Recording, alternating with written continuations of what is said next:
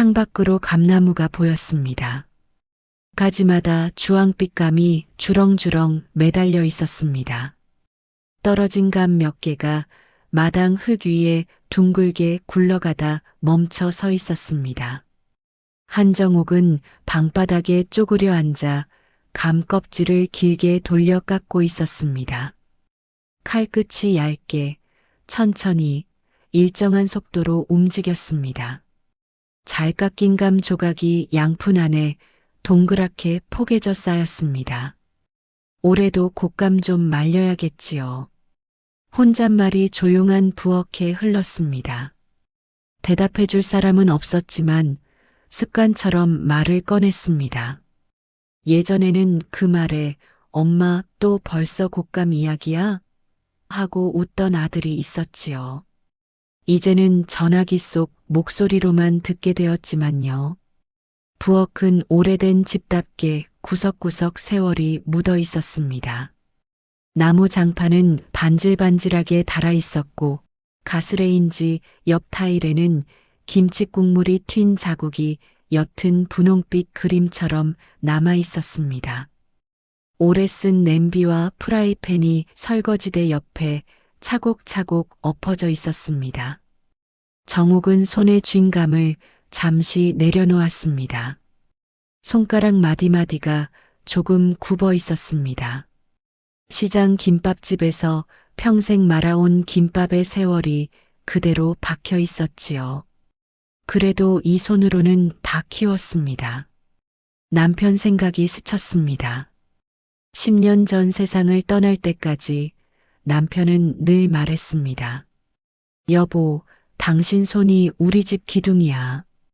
당신이 벌어오는 돈으로 우리가 다 살았지. 그 말이 고맙기도 하고 서운하기도 했습니다. 그래서 더 열심히 말았습니다.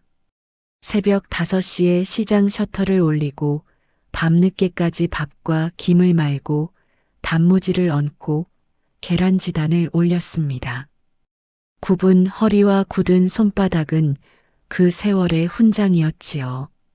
아들 도윤이는 그런 엄마가 안쓰럽다며 자랐습니다. 엄마 나 커서 꼭 편하게 해줄게요. 학생 때도 군대에 가서도 회사에 취직한 뒤에도 같은 말을 반복했지요. 그 말을 믿었습니다. 믿고 싶었어요. 그래서 아들이 결혼할 때 가진 것을 아끼지 않고 쥐어주었습니다. 몇 해 전 서울 근교 신도시에 새 아파트가 지어졌을 때였습니다. 도윤이가 조심스러운 목소리로 말했지요. 엄마, 전셋값이 조금 모자라요. 한 번만 도와주시면 진짜 이제부터는 제가 엄마 편하게. 그때 정옥은 통장 잔액을 다시 셌습니다. 가게 정리하며 모아둔 돈, 남편 보험금, 평생 허리 굽혀 모은 돈, 거기서 4억을 떼어 아들 내외에게 쥐어주었습니다. 갚고 말고는 나중 일이고 너희 집부터 마련하는 게 먼저지요. 그래도 혹시 몰라 은행에서 계약서를 써두었습니다. 금전소비대차 계약서라는 다소 어려운 이름이 붙은 종이였습니다. 혹시 모를 때를 대비해서라는 직원의 말에 그저 그러자고 했습니다. 그때만 해도 그 종이를 꺼내볼 날이 올 거라고는 상상도 못했지요. 지금은 가게를 접고 이 오래된 집 한 채와 작은 텃밭이 전부입니다. 남편의 자리는 오래 비었습니다. 그래도 아들, 며느리, 손주가 가끔 내려와 웃어주면 그걸로 충분하다 생각하며 살아왔습니다. 테이블 위 휴대폰 화면이 켜져 있었습니다. 도윤이라는 이름 아래 최근 통화 내역이 떠 있었습니다. 어제 통화에서 아들이 말했었지요. 엄마, 토요일에 서준이 데리고 내려갈게요. 지은이도 같이 갈 거예요. 그래, 오느라 고생이지요. 뭐 먹고 싶으냐? 그냥 엄마가 해주시는 거면 다 좋아요. 전화를 끊고 나서 정옥의 마음은 분주해졌습니다. 갈비를 사야겠다. 아이가 좋아하는 계란찜도 해야겠다. 며느리는 요즘 뭐를 먹나? 인터넷에서 요즘 젊은 사람들 반찬도 찾아봐야겠다. 부엌 한쪽 벽에는 빼곡하게 적힌 메모지가 붙어 있었습니다. 갈비 3kg, 무, 대파, 유기농 계란, 곤약 당면, 상 차리기 전에 끓이기. 볼펜 글씨가 또박또박 적혀 있었습니다. 정옥은 메모를 한번 쓱 훑어보고는 장바구니를 챙겼습니다. 커다란 파란 천가방이었습니다. 시장에 다녀온 손에 묵은 비닐장갑 냄새가 아직도 남아있는 가방이었지요. 시장 골목은 여전히 시끌벅적했습니다. 생선가게 앞 얼음 위에는 은빛 고등어가 가지런히 누워있고 채소가게 앞에는 상추와 깻잎이 푸르게 쌓여 있었습니다. 아주머니, 오늘 갈비 좋아요. 이걸로 가져가셔. 단골 정육점 주인이 손을 흔들었습니다. 정옥은 갈비를 손으로 눌러보고 지방과 살의 비율을 눈으로 재어보았습니다. 이 부위로 3kg 주세요. 애가 먹을 거니까 살코기 쪽으로요. 돈을 건네고 나오면서 속으로 중얼거렸습니다. 서준이 잘 먹어야 키도 크지요. 골목을 나와 버스를 타고 집으로 돌아오는 길에 창밖 풍경이 느리게 흘러갔습니다.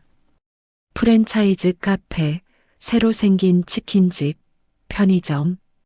예전에는 없던 것들이었습니다. 세상은 많이 변했지요. 하지만 정옥 자신은 크게 달라지지 않았습니다. 새 휴대폰을 손에 쥐었지만 자주 쓰는 기능은 전화와 문자뿐이었습니다. SNS는 어렵게 느껴졌습니다. 늙은 사람이 괜히 젊은 사람 따라하다가 사기만 당한다는 생각도 있었지요.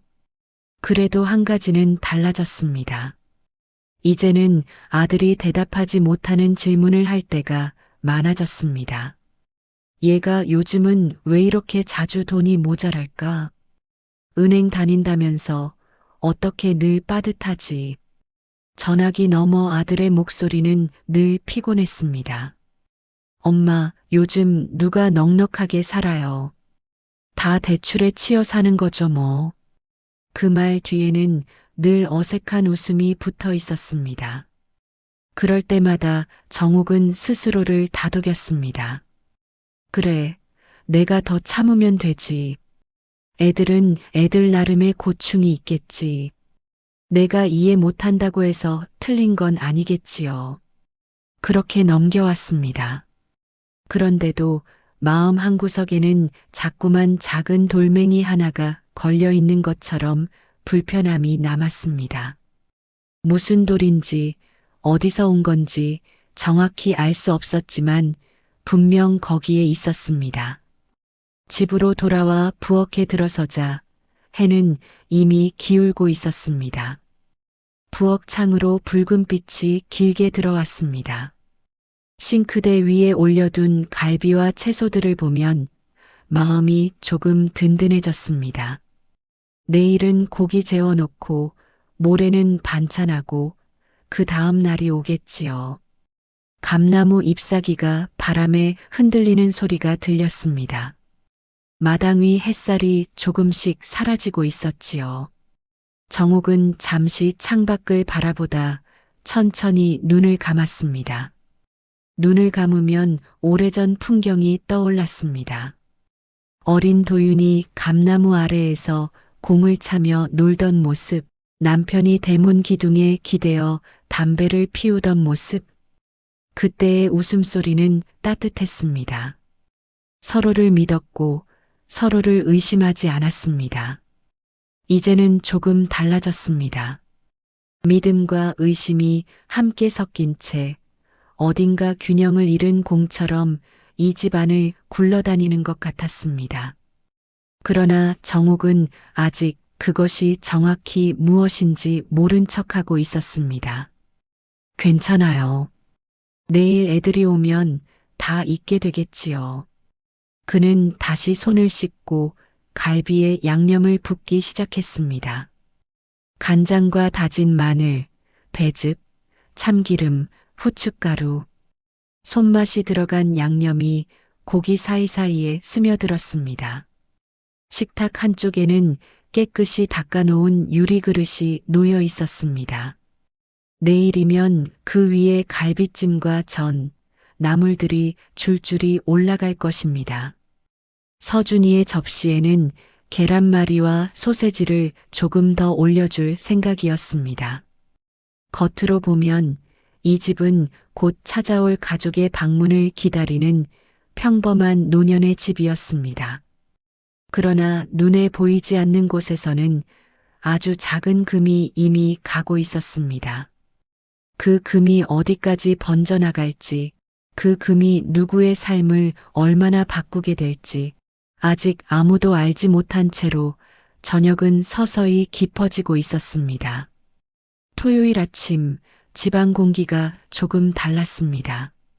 한정욱은 평소보다 더 일찍 일어났습니다. 잠이 덜 깬 몸이었지만 마음은 이미 분주했지요. 부엌에 불을 켜고 냉장고를 열었습니다. 어제 미리 재워둔 갈비를 꺼냈습니다. 양념이 잘 밴 고기에서 구수한 냄새가 올라왔습니다. 이 정도면 괜찮겠지요. 작게 중얼거리며 고기를 한 번 더 뒤집어 보았습니다. 전 부칠 재료도 정리했습니다. 애호박, 느타리 버섯, 동그랑땡 반죽까지 차례대로 접시에 놓였습니다. 전기밥솥의 예약 버튼을 다시 확인했습니다. 12시 반에 맞춰 똑 떨어지게 지어져야지요. 시계를 보니 벌써 9시를 조금 넘긴 시간이었습니다. 서울에서 출발하면 2~3시간 안에 도착할 텐데 그 전에 상을 거의 다 차려두고 싶었습니다. 물을 올리고 다시 부엌 한쪽을 정리하려는데 휴대폰이 울렸습니다. 도윤이라는 이름이 떴습니다. 도윤아. 엄마, 지금 출발했어요. 도로가 좀 막히네요. 그래, 천천히 와라. 서준이는 잘 있지? 응, 뒤에서 만화 보고 있어요. 엄마, 너무 무리하지 마세요. 있는 거 아무거나 먹으면 돼요.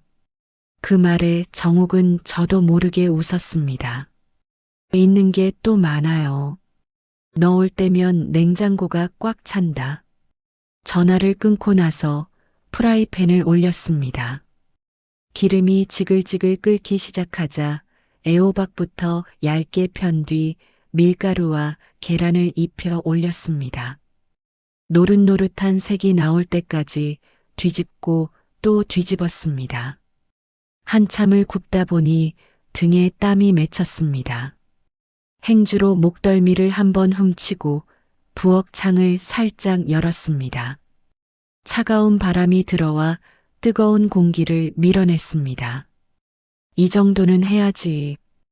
애들이 내려오는데 빈손일 수 없지요. 점심때가 다가올수록 부엌은 음식 냄새로 가득 찼습니다. 갈비찜 냄새, 지짐이 냄새, 마늘 볶는 냄새. 조금만 더 하면 되겠다고 생각하는 순간 대문 비밀번호 누르는 소리가 들렸습니다. 삑찍. 현관문이 열리는 소리가 거실까지 울렸습니다. 엄마, 저 왔어요. 도윤의 목소리가 먼저 들렸습니다. 그 뒤로 또각또각 하이힐 소리가 따라 들어왔습니다. 정욱은 앞치마를 벗으며 현관으로 나갔습니다. 왔냐? 신발장 앞에 서 있는 도윤이 양손에 짐을 들고 서 있었습니다. 한 손에는 어린이 가방, 다른 한 손에는 종이 쇼핑백이 들려 있었습니다. 엄마, 이거 과일 좀 사왔어요. 포도랑 배요. 뭘 또 사오고 그랬냐? 먼 길 오느라 고생했다.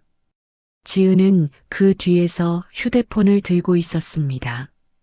머리는 미용실에서 갓 손질하고 나온 듯 매끈했고 코트와 가방, 신발까지 한눈에 봐도 비싼 것들이었습니다.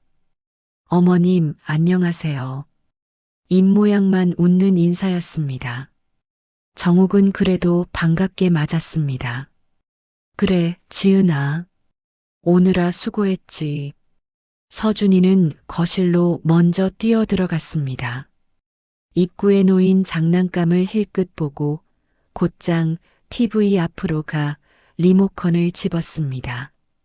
서준아, 할머니께 인사해야지. 나 만화 먼저 볼 거야. 아이의 짜증 섞인 목소리가 거실을 울렸습니다. 지은이 소파에 턱 걸터 앉으며 말했습니다. 도윤 씨, 그냥 태블릿 주세요. 어머님, 댁 시끄럽게 하면 안 되잖아요. 그 말투에는 아이 정도는 내가 알아서 키운다는 기색이 담겨 있었습니다. 정옥은 한숨을 삼켰습니다. 그래도 인사는 먼저 하지라는 말이 목구멍까지 올라왔지만 꾹 눌렀습니다. 대신 부드럽게 말했습니다. 천천히 해도 괜찮아요. 먼 길 왔으니 애도 피곤하겠지요. 도윤은 엄마 얼굴을 잠깐 보더니 들고 온 짐을 내려놓고 서준 옆에 앉았습니다. 서준아, 이따 밥 먹기 전에 할머니한테 인사하자. 알았지? 응. 아이의 대답은 대충 흘려보내는 소리 같았습니다. 부엌으로 돌아온 정옥은 상을 마저 차렸습니다. 김이 모락모락 나는 갈비찜을 큰 접시에 담고 전을 동그랗게 포개어 올렸습니다. 참기름 한 방울 떨어뜨린 나물도 그릇에 담았습니다. 밥 먹자. 식탁에 모두 둘러앉았습니다. 도윤이 먼저 감탄했습니다. 와, 엄마. 진짜 이건 사진 찍어야겠다. 뭘 사진까지 찍느냐. 빨리 먹어라, 식겠다. 지은은 젓가락을 들어 갈비를 한 조각 집어 입에 넣었다가 곧바로 휴지를 꺼내 조심스럽게 뱉어냈습니다. 어머님, 죄송한데 좀 느끼하네요. 요즘은 이렇게 기름진 건 잘 안 먹잖아요. 애도 있고요. 정욱의 손이 잠시 멈췄습니다. 새벽에 시장에 가서 살코기 많은 부위를 고르고 핏물까지 빼며 준비했던 기억이 떠올랐습니다. 그래, 다음엔 조금 더 담백하게 할게. 억지로 웃으며 말했습니다. 도윤이 분위기를 바꾸려는 듯 말했습니다. 나는 맛있는데 엄마 양념이 최고지. 지은은 밥그릇을 건드리다 숟가락을 내려놓았습니다. 저는 그냥 반찬만 조금 먹을게요. 다이어트 중이라서요. 정옥은 애써 대꾸하지 않았습니다. 서준이 쪽으로 눈을 돌렸습니다. 서준아, 이거 계란말이야. 내가 좋아하는 거라며. 나 이거 말고 치킨 먹고 싶은데. 작게 투덜거리는 소리에 정욱의 가슴이 조금 내려앉았습니다. 그래도 괜찮다고, 아이니까 그럴 수 있다고 스스로를 달랬습니다. 식사가 끝나갈 즈음 정욱은 과일을 깎으러 부엌으로 들어갔습니다. 싱크대 앞에서 배껍질을 조심스레 벗기며 거실에서 들려오는 대화를 엿듣게 되었습니다. 도윤 씨, 어머님은 참 옛날 방식에서 벗어나질 못하셔. 아이한테도 그렇고 음식도 그렇고. 지은의 목소리가 낮게 들렸습니다. 본인은 작은 속삭임이라고 생각하겠지만 부엌까지는 또렷하게 들리는 정도였습니다. 그래도 우리 엄마가 나이도 있고 노력은 하시는 거잖아. 노력은 알겠는데 대화가 안 통하잖아. 내가 애 키우는 방식 얘기하면 꼭 한 번씩 잔소리 하실 것 같고, 너도 눈치 보이잖아. 도윤은 대답하지 못하고 어정쩡한 웃음을 낸 듯 했습니다. 그 조용한 숨소리가 들렸습니다. 정옥은 칼을 쥔 손에 힘을 조금 더 주었습니다. 배껍질이 예정보다 조금 두껍게 떨어졌습니다. 그래, 저 나이 먹은 사람이 어디 쉽겠나? 마음속으로 그렇게 중얼거리며 다시 얇게 깎으려 애썼습니다. 과일 접시와 함께 정옥은 서랍에 넣어두었던 장난감 상자를 꺼냈습니다. 손자에게 줄새 로봇 장난감이었습니다. 이거라도 좋아하겠지요. 거실로 나가자 서준은 이미 태블릿 화면에 얼굴을 들이민 채 만화를 보고 있었습니다. 지은은 소파에 비스듬히 누워 휴대폰을 스크롤하고 있었지요. 서준아. 정옥은 최대한 부드러운 목소리로 불렀습니다. 이거 좀 봐라. 할머니가 준비해놨다. 알록달록한 로봇 장난감 상자를 꺼내자 서준의 눈이 잠시 반짝였습니다. 아이의 손이 상자로 다가왔습니다. 우와, 로봇이다. 포장지를 뜯는 소리가 찢어지듯 났습니다. 서준은 잠깐 집중해서 로봇을 꺼내 만져보았습니다. 하지만 그 시간은 길지 않았습니다. 팔을 한번, 다리를 한번 움직여 보더니 금세 표정이 시무룩해졌습니다. 이거 말고 다른 거 없어? 유튜브에서 본 거랑 다르네. 툭 로봇이 바닥에 내던져졌습니다. 플라스틱 부품이 딱딱한 마루에 부딪혀 소리를 냈습니다. 서준아, 장난감을 그렇게 던지면 안 되지요. 할머니가 넣어주려고 일부러. 정옥이 말을 이어가려는 순간 서준이 이미 태블릿을 찾으려 고개를 돌리고 있었습니다. 정옥은 아이를 붙잡지 못하고 한 발 물러섰습니다. 괜찮습니다. 애들은 원래 그럴 수 있지요. 스스로에게 하는 말 같았습니다. 잠시 뒤 정옥은 잘 깎인 배 조각을 하나 접시에 올리고 서준 앞으로 걸어갔습니다. 서준아, 로봇은 나중에 또 같이 가지고 놀자. 지금은 이거 먹어볼래? 아주 달다. 정옥의 손이 태블릿 화면 앞을 잠깐 가렸습니다. 바로 그 순간이었습니다. 치워. 서준의 얼굴이 확 굳더니 갑자기 작은 발이 세게 올라왔습니다. 운동화 앞코가 정옥의 정강이를 그대로 찍었습니다. 쿵! 아! 터져나온 짧은 비명에 거실 공기가 얼어붙었습니다. 정강이에서 올라오는 묵직한 통증이 온몸으로 퍼졌습니다. 그동안 며느리의 말투나 아이의 버릇없는 행동은 참아 넘길 수 있었습니다. 하지만 직접 발길질을 당한 순간 몸이 먼저 반응했습니다. 정옥은 숨을 고르며 아이를 바라보았습니다. 입술이 떨리고 있었지만 목소리는 최대한 고르게 꺼냈습니다. 서준아. 아이가 화면에서 눈을 떼고 할머니를 쳐다봤습니다. 어른한테 발로 차면 절대로 안 됩니다. 지금 할머니한테 미안하다고 해야지요. 서준의 눈동자가 조금 흔들렸습니다. 태어나 처음으로 누군가에게 분명한 선을 들은 것일지도 몰랐습니다. 그러나 대답보다 먼저 튀어나온 목소리는 다른 곳에서 나왔습니다. 어머님, 지금 뭐 하시는 거예요? 소파에 누워있던 지은이 벌떡 일어나 정옥에게 다가왔습니다. 얼굴에는 불쾌함과 분노가 섞여 있었습니다. 애가 뭘 안다고 이렇게 크게 혼을 내세요? 발 한 번 찼다고 이렇게까지 요즘은 애들한테 그렇게 하시면 안 돼요. 지은아, 이건 혼이 아니라 가르치는 거지. 할머니를 발로 찼는데 아무 말도 안 하면. 그러니까요. 그걸 왜 어머님이 직접 하세요? 전하, 도윤 씨가 말하면 되잖아요. 우리 애 키우는 방식이 있는데 자꾸 끼어드시면 곤란해요. 말끝마다 우리 애라는 말이 박혔습니다. 정옥의 입술이 말라붙는 느낌이었습니다. 도윤은 그 사이에 끼어들지 못하고 서 있었습니다. 야, 지은아, 엄마도 놀라서 그러신 거지. 당신은 빠져 있어. 늘 중간에서 애매하게 굴지 말고.